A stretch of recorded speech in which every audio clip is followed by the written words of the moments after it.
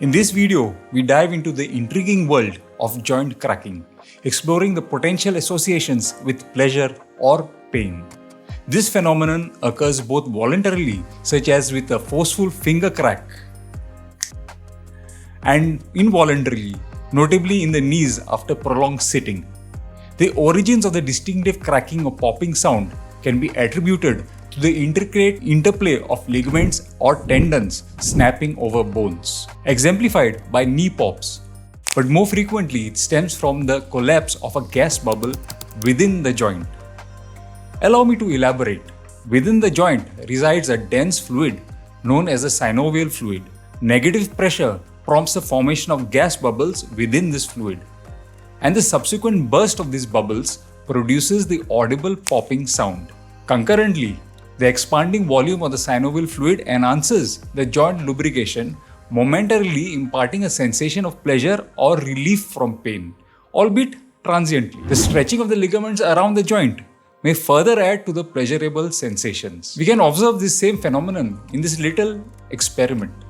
What we have here is a syringe filled with a blue colored dye. I plug in one end of the syringe and tug on the other. As I introduce negative pressure within the syringe, we can see the formation of bubbles. And as soon as I leave the plunger of the syringe, the bubble collapses. This is essentially exactly what happens in, let's say, your finger joint.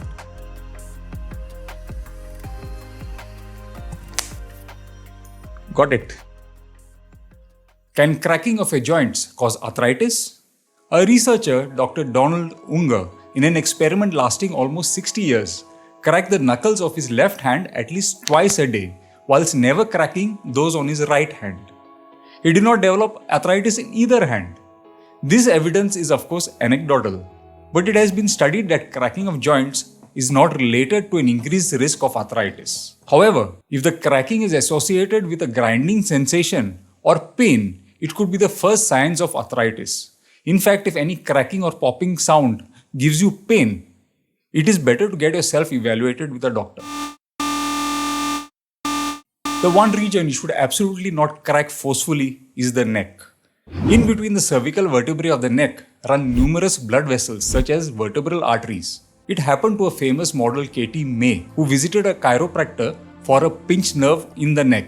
On January 29, 2016, Katie, then 34 years old, posted this in her Twitter account. Pinched a nerve in my neck on a photo shoot and got adjusted this morning. It really hurts.